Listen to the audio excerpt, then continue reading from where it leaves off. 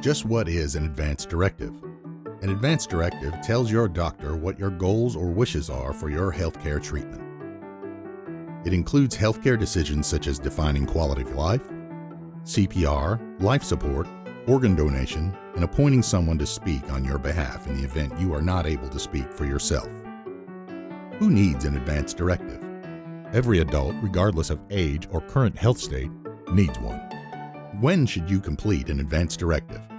Now is a good time if you don't have one, but how and where do you get an advance directive? In this short video, we're going to walk you through the process that you can follow to create your very own advance directive. The first thing you need is this handy fold-up form. On one side, there is information about creating an advance directive. It is in a convenient question and answer format. On the flip side is the advance directive itself, which in Tennessee has basically three parts. The first part is the appointment of the person who will speak and make healthcare decisions for you if you cannot. That is called healthcare power of attorney. Next, there are some boxes to check so you can express your wishes. And finally, there is your signature and the signature of two witnesses. The following shows just how easy it is to create your own advance directive. Watch. So, Mr. Martin, I'm Angie. Nice to meet you, Angie. Nice to meet you. Would you call me Phil? I'd be honored to call you Phil. So Phil, my understanding is you'd like some more information on how to complete an advance directive. Is this correct? That's right. Okay, so if you don't mind me asking, are you aware of what an advance directive is? I know a little bit about it, but every time I go to my doctor, first question they ask me is, do you have an advance directive? And I've always had to say no up to this point, so that's why I'm here. So the famous question, do you have an advance directive, yes or no, has brought you here. Okay, well, hopefully after today, you'll be able to start answering yes to that question. So an advance directive is a legal document that allows you to make decisions regarding your treatments for health care that your providers can use if the situation ever occurs that you are not able to tell them what treatments you would want regarding your health care. So we'll go over a few things today. I'll ask you a couple questions. We'll put it on paper. We'll either get signatures at the end or the paper will be notarized to make it legal. And then you'll have your advance directive. You'll be able to answer yes to that question and inform your providers on what treatments you want. Ready to get started? Let's do it. All right. First thing on the form, it simply states, I, Phil Martin, hereby give these advanced instructions on how I want to be treated by my doctors and other healthcare providers when I can no longer make those treatment decisions myself, as determined by a qualified physician. First thing we want to discuss is your healthcare agent. This would be the person to make healthcare decisions for you. Have you had an opportunity to think about who you'd want your agent to be? This would be the person that you would discuss this form with. They would make sure that these decisions were followed out. They would be in collaboration with your healthcare providers throughout this process. Have you had an opportunity to think of who you would want as your agent? No, but my answer to that question is I would want my daughter-in-law, Mel, to be that person because she will carry out my wishes and not her wishes. That is the exact role of a healthcare agent. So sounds like you've made a good choice. We'll put her name, phone number, relationship to you, and address here. The form also allows for you to choose an alternate agent. If the person named above, Melanie, your daughter-in-law, was unable or unwilling to make healthcare decisions for you, you could appoint an alternate. Is this something you would like to decide today? No, I really don't want to do that. I'll revisit this form later if that's possible, but today I'm not ready to do that. Okay. Well, and that usually takes a little bit of thought of who the alternate should be. So yes, you can revisit this form at any time and update that if you want to choose an alternate. So we're going to dig right into some questions. First thing we're going to talk about is quality of life. I want my doctors to help me maintain an acceptable, clean, comfortable, and pain-free quality of life. A quality of life that is unacceptable to me means when I have any of the following conditions, and you can check as many as you want. Unconscious condition. If you become totally unaware of people or surroundings with little chance of ever waking up from the coma as determined by your physician, would this be acceptable or unacceptable to you, Phil? I wouldn't want to live like that, so I would say Okay. unacceptable. So on this form, we're marking the ones that is unacceptable. So we're going to put a check mark here. The next one is permanent confusion. If you become unable to remember, understand, or make decisions, you do not recognize loved ones or cannot have a clear conversation with them, would that be acceptable or unacceptable? No, I wouldn't want that. Okay, well, we'll mark that as unacceptable as well. Dependent in all activities of daily living. If you are no longer able to talk clearly or move by yourself, if you depend on others for feeding, bathing, dressing, and walking, rehabilitation or any other restorative treatment would not help. Would that be acceptable? No, in those cases, I wouldn't want to be in that situation. Okay, well, we'll mark that one as unacceptable as well. End-stage illnesses. If you have an illness that has reached its final stages in spite of full treatment. Examples: widespread cancer that does not respond anymore to treatment, chronic and/or damaged heart and lungs, where oxygen needed most of the time and activities are limited due to feeling of suffocation. If you had any of those conditions, would those be acceptable? Any or all of them I would not want. Okay, well, we're going to mark that one as unacceptable as well. Okay. So, Mr. Phil, what I hear you tell me is if you developed an unconscious condition, permanent confusion, dependent in all activities of daily living, or developed an end-stage illness, those would all be unacceptable. Right. That's what we've chosen. Okay. Next section we're going to talk about is treatments. Now, these treatments are going to be based on the quality of life questions that you've just answered. If my quality of life becomes unacceptable to me and my condition is irreversible, that is, it will not improve, you'll direct that medically appropriate treatment be provided as follows. Checking yes means you want the treatment. Checking no means that you do not want the treatment. First question is CPR, cardiopulmonary resuscitation. Now, before we read what this paper says, can you tell me what CPR means to you? I can.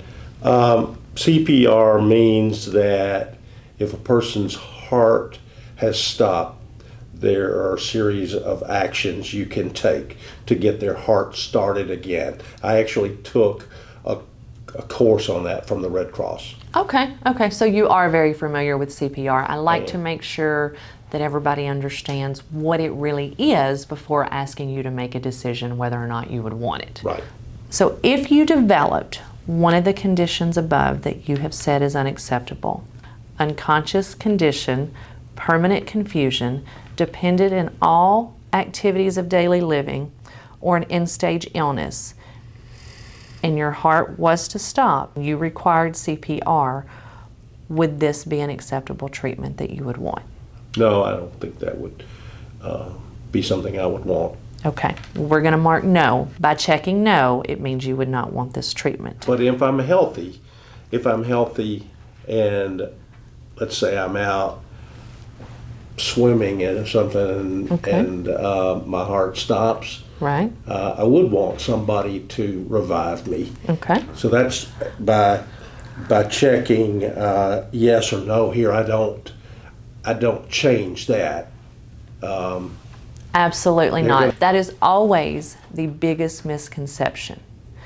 These treatments only go into effect if one of the conditions above that you've listed as unacceptable. That would have to be determined by the physician. Unconscious condition, permanent confusion. If you become unconscious at a swimming pool, the bystanders are going to perform CPR. If you get to the hospital and it's determined that your unconscious condition is going to be permanent, then they would look at these other treatments. I get it. Makes sense? Yeah. Okay, okay. So next question, life support, other artificial support. Continuous use of breathing machine, IV fluids, medications, and other equipment that helps the lungs, heart, kidneys, and other organs continue to work.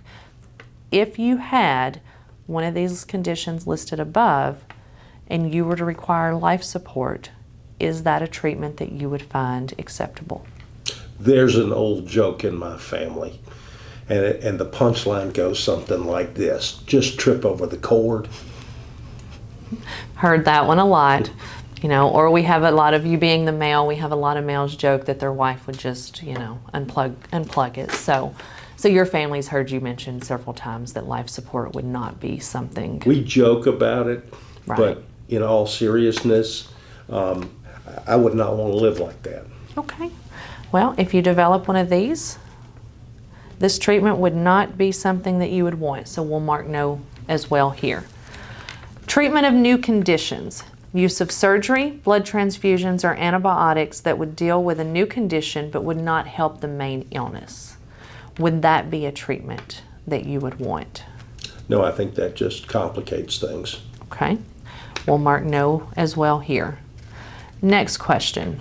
Tube feeding and IV fluids. Use of tubes to deliver food and water to a patient's stomach, or use of IV fluids into a vein, which would include artificially delivered nutrition and hydration. Now remember, these go if you developed an unconscious condition, permanent confusion, dependent on all activities of daily living, or an end-stage illness. Would you want tube feeding or IV fluids? I want to make sure that I always explain fluids and nutrition are always offered as long as they're feasible. This would be at the point when you were no longer able to take food or drink by yourself. And in that case, my answer is no. Okay. We'll mark no again. So Mr. Phil, you've said you would not want CPR, life support, treatment of new conditions, tube feeding, or IV fluids if you had any of those quality of life indicators that were unacceptable to you, correct? That's correct. Okay. There's a couple other things to discuss on the form. Other instructions such as burial arrangements, hospice care, you can put anything in this section here that is important to you. Have you thought about whether or not you would want hospice care or burial arrangements? And this is something you can always revisit and discuss, but at times people want to put information here that's important to them. Yeah, I think I'll cover that offline with those people Okay. that would be closest to me. Okay. Next question, organ donation. This is an optional section as well. Upon my death, I wish to make the following anatomical gift. Please mark 1. You do not wish to donate any organ or tissues, your entire body, or only the following organ tissues. Mr. Phil, have you thought about organ donation? I actually have. I filled out a card with donor services. Okay. And so, yeah, that's a good question, but I don't really, I've got it covered. Okay, okay. Got the little heart on your driver's license? I do. All right. Now, a couple more things and we're almost finished. Next section is signatures. And this is where we talked about at the very beginning. I told you it's going to require 2 signatures of witnesses, or it can be notarized. Now, the signatures, and one of the things I want to make sure that we understand, your signature should be witnessed by 2 competent adults or notarized. If witnessed, neither witness should be the person you appointed as your agent, and at least one of the witnesses should be someone who is not related to you or is entitled to any part of your estate. What they're witnessing is your signature, and I like to make sure everybody understands that. They don't have to agree with your choices or even to discuss your choices. They're witnessing your signature on this form. Or you can have the form notarized. Which would you like to do? I think I'll go with the 2 witnesses. Okay. Because it's a little more difficult to find a notary public. Okay, well, 2 witnesses still makes the form legal. Mr. Phil, congratulations. You now have an advance directive completed as soon as you have your 2 witnesses on the form. Couple things. Make sure you tell your agent that you have assigned her as your agent. Give her a copy of this form after it is witnessed and legal. Give a copy to your healthcare provider. You can make updates and changes anytime you need to make those. Now, you will have to fill out a different form. After this form has been witnessed with your signature, this form is valid. Anytime you want to make changes, you can create a new form making any changes that you want. So I can now do my own, but I could take a couple more of those forms home with me if I wanted to, and I could get my wife, she could fill one out, I could have my mom and my uncle fill it out. Oh, absolutely. And they don't have to have you involved. It's just a matter of following the procedure that's on this little piece of paper. Following the procedure that's on this piece of paper, following the procedures that make it a valid legal form. The 2 signatures are getting it notarized. And honestly, you have the best excuse to get your family involved. You go home today and you say, guess what I did? I completed an advance directive. I now have control over the decisions that will be made for me if I'm not able to. Would anybody else like to have that same reassurance? And you pass them out, and hopefully they'll get excited and want to discuss. Great. All right. Thank you. Well, Mr. Phil, it was nice meeting you, and I'm glad I could help you. Thanks for watching, and be sure to visit www.advanceddirectivestn.org if you need more information or want to connect with Honoring Choices Tennessee to get additional copies of the fold-up Tennessee Advance Directive Form.